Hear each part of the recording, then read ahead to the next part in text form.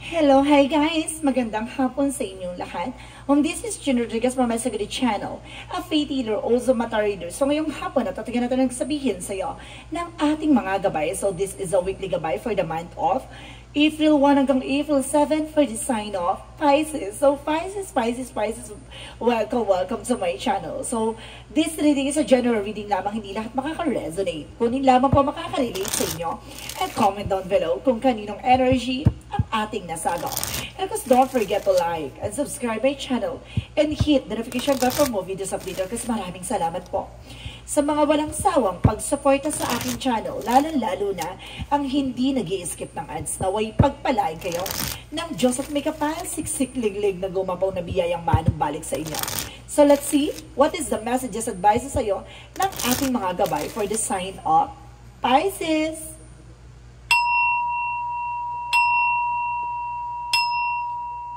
So let's see, Angel Spirit guys, give me an information. Anong pasabog at bulabog sa ating mga kapatid na Pisces ang ating mga kagilap? So let's watch this. Angel Spirit, let's give me information. So there's a Chariot card, no? There's a something movement. Maraming ganap na magbabago dito at may mga actions or something improvement na magpapabago sa eksena. So there's a willpower. At the same time, there's a control and there's a success and overcoming obstacle na magdadala sa ng victory and success. So let's see additional messages. So there's a Knight of Wands for the silence. So may mga bagay dito kailangan tahimik ka lang. Hindi mo kailangan pangalandakan, hindi mo kailangan labanan, hindi mo kailangan kumbaga maging maingay, no? Para maging matagumpay. Kailangan mo maging tahimik lang sa anumang eksena o hamon mo. Nasa taas ka man o nasa ibaba, kailangan mo maging tahimik lang. No? At the same time, there's a Queen of Cups for healing. So, ibig sabihin dito, magkakaroon ka na ng healing. And of course, there's a mature emotional female. No? At the same time, women. At the same time, para magkakaroon ka na ng kagalingan sa emotional. No? And there is some security, femininity. No? Kailangan mong, kumaga, i-secure ang iyong pagkababae. No? Kumaga, kailangan mong, i-reserve. So, there's a Two of Wands by a choices or something. Kumbaga, may mga bagay dito na, kumbaga, pipiliin mo with the Two of Wands. So, there's a decision. And there's a Queen of Swords, the bigger picture. Kumbaga, may mga bagay dito na, kumbaga, makikita mo na yung magiging possibilities. So, let's see additional messages. So, there's the Six of Pentacles. Well, there's a give and receiving something by the universe. Ibig sabihin, magtutuloy-tuloy na rin about sa finances sa'yo. Ibig sabihin dito, kumbaga, may irigalo sa'yo ang universe na maaaring magpabago sa'yo at magbigay sa'yo ng something improvement and development. At the same time, there is a Chariot card for the Five of Cups. So, there's a regret or something disappointment. No? May mga bagay dito na kumbaga pagsisisihan mo or pinagsisisihan mo or something, kumbaga may mga bagay na pagkawala. No? Or either, kumbaga dapat handa ka na kumbaga lumaban. No? There's a take some risk. No? Kumbaga sa hamon ng buhay, there's some trying error talaga.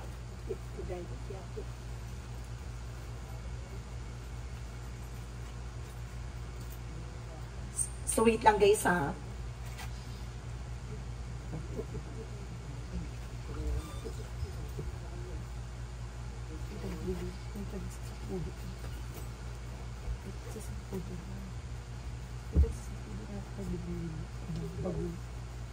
And of course, let's see what is the additional messages for the Knight of Wands. So there's a high physics. So there's a hidden agenda or hidden enemies. And something secrets. No? Ayun yung sinasabi ko, kailangan maging sekreto. No?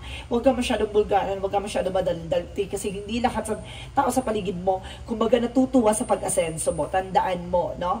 Ang pag-asenso mo ay, kumbaga malaking inggit at ngit-ngit sa kanila. Kaya kailangan, kumbaga nagsasucess ka at nakukuha mo yung mga bagay na gusto mo, kailangan mong maging tahimik para magtuloy-tuloy. No, the more kasi na bulgara ka, pak, lagapak. No? Kasi there's a lot of evil eye contrast. So let's see what is the Queen of Cups. The Queen of Cups represent the lover. So may love life dito ha. Kumbaga pagdating sa love life, magkakaroon ka na ng healing. No? Kumbaga, maaring magamot na yung sugat na nakaraan. There's a Three of Wands for waiting for a result, waiting for a ship. May mga bagay dito na kailangang piliin with the Two of Wands, with the choices. Kumbaga kailangan mo ditong kailangan mo maghintay. No? At kumbaga may pangitain or may mga bagay na makikita na kumbaga yun yung kailangan mong gawin. So let's see what is the Queen of Swords. So there's a Two of Swords. So meron talaga ditong indecisions, no? Kumbaga dapat, kumbaga sa pag-decision mo, kailangan tinitignan mo yung magiging possibilities. So wag kang tumingin sa mga haka-hako or bigla ang mga desisyon. Kailangan, kumbaga tinitignan mo kagad yung magiging outcome, no? Or bigger picture of na mangyayari, no? So let's see what is the Six of Pentacles. Represent what? the Wheel of Fortune. There's a turning back to your favor. And the Six of Pentacles is give and receiving something by the universe. So, maaaring ibibigay na ng universe with the Wheel of Fortune ang swerte at magandang kapalaran para sa iyo. So, there's a destiny to happen. So, let's see what is the Chariot card and of course the Five of Cups. So, there's the Moon card. So, ibig sabihin dito, there's a dream coming true. At the same time, there's some information na kumbaga, patatalasin ang iyong intuitions na maraming parating na mensahe at maraming mga bagay na kumbaga ibibigay sa iyong kaalaman, no? Para malaman mo yung mga bagay na kailangan mo iwasan para no more regret, no more disappointment. So let's see what is the Knight of Wands and the Chariot. And of course the High Priestess. So there's the Seven of Wands. Protection mo yung sarili mo, protection mo yung grounds mo.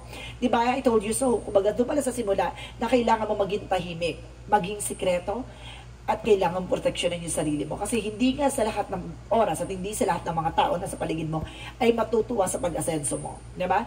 Kalimitan dyan at karamihan dyan ay may lihim na inggit at galit. So let's see what is the Queen of Cups. And of course, there's the Lovers. So there's the World card. So ibig sabihin dito, babaguhin ang mundo mo. No? Kumbaga akala mo ganun-ganun na lang, lagi ka nasasaktan. No. This is the moment para kiligin at mahalig ka. So there's a 4 elements. So ibig sabihin dito, it's either an earth signs, a water signs, a fire signs, or air signs. So ibig sabihin dito, maraming senyales or maraming elemento ang papasok dito sa love life mo. No? Kaya mag-ingat ka. No? And of course, the Four of Cups, evaluate or analyze. Marunong ka maghintay, marunong ka mag-observe ba. Doon mo makikita yung mga bagay na kailangan mo piliin, di ba? Kumbaga, kailangan mo munang i-evaluate or i-analyze and visualize, no? Yung magiging possibilities, yung magiging outcome. Hindi lang dapat yung puro kilig lang. So, kailangan mo dapat yung magiging magandang kalalabasan ng inyong relationship at the same time, yung future. So, let's see. What is the Queen of Swords? Because the Two of Swords. So, there is the Ace of Cups. So, there is a big opportunity because there is new romance na may bagong pag-ibig talaga na papasok sa buhay mo na magdadala sa'yo ng something, celebrations, love, partnerships, no? And of course, let's see what is the Six of Pentacles and the Wheel of Fortune. And of course, there is a pregnancy. Maaari magbuntis ka dito. Meron some of you kung babae ka na maaari magbuntis or either kumbaga magkaroon ng kumbaga stages pagdating sa inyong love life or relationship.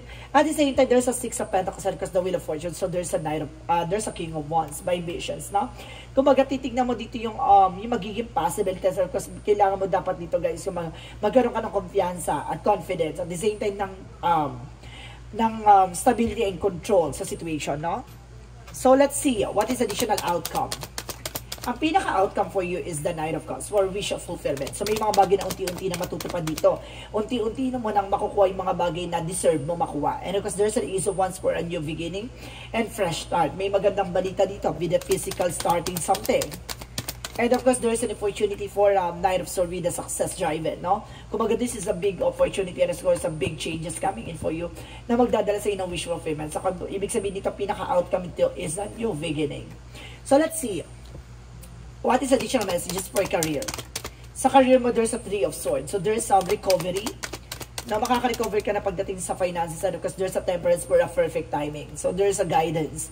And there's temperance na kailangan mo maging kalmado. Na huwag ka masyadong agresibo pagdating sa finances or sa mga bagay-bagay na kumbaga bigla ang kumbaga investment, something like that. Kumbaga maging maingat ka, mabusisi ka. No? So, let's see additional messages pagdating sa love life naman. Sa love life mo naman, there's a Knight of Wands for slow and steady, no? Kumbaga, wag ka masyadong agad-agad pala desisyon, mahal ko na to, itong tao na to, gusto ko na no! There's a Two of Cups, kumbaga, unfold it naturally with a partnership, no? Kumbaga, itong tao na to, makikita mo naman talaga kung talagang pangmatagalan siya or talagang gusto niya mag-invest sa'yo for good, no? So, let's see what is additional messages for health.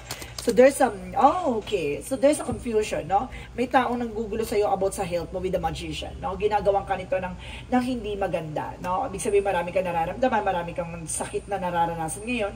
It's not an ordinary, no? It's a spiritual problem. So, let's see. What is the magical fairy messages? For magical fairy messages, represent what? So, there's a goodbye to the old, hello to the new, no? Kailangan mo na pakawalan ng nakaraan, kailangan mo na magsimula ng panibagong eksena. And there is everything is okay, no? Kumbaga, huwag ka daw mangamba, lahat ng mga bagay na yan, kumbaga, may magandang dahilan at may magandang kahihinatnan. Don't worry, it's all working out in a beautiful way. So, let's see what is additional messages for the chakra. For the chakra messages. So, there's a wisdom, there's an enlightenment. Bibigyan ka na maganda at malinaw na kasagutan dito. At the same time, there's a perception, no? Baguhin mo na yung mindset o yung iniisip mo, no? At the same time, there's a prayer, no? Kailangan mo magdasal, and there's a grip, no? Na lahat ng mga bagay na nakukuha mo ay may ibig sabihin. Lahat daw din mga bagay na nawawala sa'yo ay may dahilan. Kaya wag mong panghinayangan at wag mong pangambahan. Magtiwala ka, kaya yan inalis ng ating Panginoon sa'yo kasi may magandang dahilan, no? Siguro hindi pa para sa'yo, or may mga bagay na maaaring may makatulong pa, no? May mas maganda pang better na opportunity sa'yo. Ganon. So, let's see what is a yin and yang oracle card. There's a cycle. So, babaguhin. There's a change. Nababaguhin na yung sistema ng buhay mo. And there's a solid foundation. Magdadala sa'yo na to ng pangmatagalan. So, dati kasi nakaranas ka ng mapanandali ang kasiyahan, kaligayahan, at even sa pagdating sa partnership. So, this is the solid foundation that you never ever died. Ay, before. So, ibig sabihin dito na hindi mo pa ito naranasan before. And there is a reunion. Maaari may magbabalikan, no? And there is clinging as South Nodeville comfort zone. Kailangan mong kumawala sa comfort zone mo, sa parang ano to, inner fear. Parang in a sense ka dito, parang yung sariling multo mo, or there's a trust issue rather, no? Baka doon ka natatakot sa dating kumbaga yung nagsinungaling sa'yo or something, nagtiwala ka na sinira, no? Yung kailangan mo pakawalan na hindi lahat ng tao at pare-parehas na. At the same time hindi lahat ng tao yung ginawa niya dati, ginawa ng tao na yun ay gagawin din ng tao ngayon na minahal mo, or either kumbaga itong same person pa rin, pero hindi lahat ng ginawa niya dati ay gagawin niya ngayon. Kumbaga, give some one more chance, second chances, no? Pero kumbaga, kung paulit-ulit na, hindi na po yun for good. No, hindi na yun for a better, hindi na yun ganon. Kumbaga, kailangan ng, kumbaga, tigilan, no? It's kaadika na yon. So, there's a light and love, and there's a leadership. Take charge of your situation. No, ikaw yung mamumuno, o ikaw yung gagawa ng kabubuti, ikabubuti mo at ikasasama mo. And there's a light and love. So, kumbaga, bibigyan ka kaliwanagan pagdating sa buhay pag-ibig. Diba? So, let's see what is additional messages for Archangel Raphael. So, there's a meditation. So, kailangan mo mag-meditate, no? Oh my God. At the same time, there's a relationship. So, may kinalaman talaga about sa relationship sa'yo dito. And there's a leave the stressful situation behind. So, pakawalan mo na yung mga nagbibigay stress sa'yo, worries, depressions, anxieties. Kasi it's not healthy. And there's a courage, no? Kumbaga, let go of your fear, no? Because replacement ng confidence. And there's a fear. I told you so. Kailangan mo na pakawalan yung takot at pangamba mo. May takot dito eh. Siguro yun. Kaya siguro, ayun yung worries mo or something na kailangan mong baguhin, no? Kaya siguro hindi mo maibigay yung best mo. Kasi because siguro natatakot ka. May trust issue ka dito. And there's an abundance. Magkakaroon ka na kasaganahan, no? Ganun talaga ang buhay, ha? There's something mistake, something failure, something obstacles na pagdadaanan mo. Dapat handa ka sa failures, ha? Kasi yung failures na yon, the more na failures, na maraming failures sa buhay mo, kumbaga makikita mo yung success na yon at the end of the road, no? So, let's see additional messages. And there's earth pulsing. So, there's a slow down, na magdahan-dahan ka daw. No? Huwag kang maging pala desisyon. Kumbaga, pagdating sa love life, kumbaga, di ba alam mo na yung dati mong naging, pagdating sa love life, kumbaga, naging pala decision ka, mabilis ka mahulog, mabilis ka mag-fall, mabilis ka magmahal, kumbaga, mabilis maging kayo. Ngayon, kumbaga, getting to know each other, no? Dahan-dahanin mo. Kumbaga, itong taon na to, it's for good, no? At kung talagang kayo, so magiging kayo talaga. Kumbaga, magkaroon ka ng higher level commitment. Pero kung hindi, mas maganda ko muna, it's friend muna. At the same time, kumbaga, growing and growing, kumbaga, that development ang your relationship. So, why not? At the same time, there's a new path. It's happening. Keep holding a vision. So, see, nangyayari na. No? Nangyayari na nga. So, tama talaga yung nasa isip mo. Tama talaga yung nasa intuitions mo. So, let's see what is Archangel Michael messages. And there's a pay attention to your dreams. Na may mga panaginip ka na maaring totoo at tugma sa nangyayari sa iyo. Ngayon, kaya kailangan maging aware ka, ha? Pay attention. Ibig sabihin, may babala. And this time to leave the unhealthy situation. May unhealthy talaga, may stressful situation, mayroong unhealthy situation. Ibig sabihin dito, may hindi magandang sitwasyon na kinagagalawan mo ngayon. Kailangan mo ng pakiwalang. Kaya may pay attention. Take time to make a decision. Kailangan mo ng oras para pag-isipan, ha? So, let's see what is the Montology. And a time for healing. So, may kagalingan dito. Oras ng kagalingan. Or either kailangan mo magpagaling or kailangan magpagamot. And of course, there's a prosperity lies ahead. Talagang paparating talaga ang magandang bukas para sa iyo. At the same time, a fairy climax approaches. No? Ibig sabihin, nandun ka na sa exciting part. So, let's see what is the energy. The energy is the door to the personal healing and happiness. So, bukas ang pintuan para sa kaligayahan at kagalingan. At the same time, there's a broken heart. So, some of you guys broken-hearted ha? Or hanggang ngayon nasasaktan ka pa din. And there's a victory. Don't you worry, there's a victory, success. And adjust the possibilities. May mga pinto ang magsasara sa iyong opportunity. May magbubukas opportunity sa iyo. No? Panibago. And there's a past over love was by ancestor, no? Ginagawa yan ka at sinusuportahan ka ng iyong mga yumaang mahal sa buhay. And there's a confidence, no? Kailangan mo ng konfiansa, lakas ng loob, tapang. And there's environmentalism. So, sinasabi dito na kumbaga maging aware ka sa mga tao sa paligid mo. And there is a lessons na matuto ka na sa mga nangyari sa isang nakaraan. And there is inner self na kumbaga palawakin mo ang karanasan at kaalaman mo sa mga bagay na nangyari sa iyo. Kumbaga dapat bigyan kaliwanagan ang iyong kaisipan. So let's see what is the Romance Angels. Para dapat madala ka na, sa madaling salita, madala ka na. And there is a passion, no? Kumbaga allow your heart and soul to sing with joy, no? Kumbaga, hayaan mo magmahal ka. No? Doon na lang yan. Magmamahal ka, hayaan mo lang siya. No? Pero huwag ka muna mag-expect. And there's a true love can exist. No? Talagang darating yung tao magmamahal sa'yo, kumpara sa'yo, and of course, there's a make the effort. Saka kumbaga, kailangan mo lang na effort or something getting to know each other para na sa ganun. Kumbaga, mag-insist talaga sa'yo yung love. No? Talagang itong tao na to ay para sa'yo talaga. Parang ganun, no? So, let's see what is the synchronicities.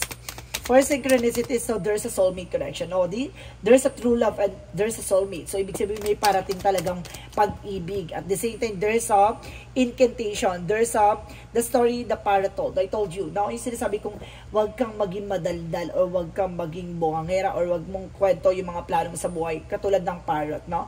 Kumbaga, nandun lang siya kakadaldal, pero wala namang ibubuga. Ganon. No? So, let's see additional messages. And there's an intuition. Na makinig ka sa iyong intuition. No?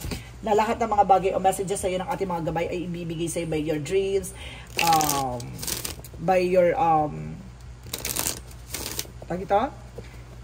intuitions, instinct, visions, predictions, premonitions, at the same time, astral travel. No? Excuse me. So, let's see what is the angel's number. Represent 1144 high vibe. So, ibig sabihin niya, divine intervention. May paalala, no? At there's a big venture. Kumbaga, may malaking pagbabago at malaking pagdadaanan mo sa buhay mo.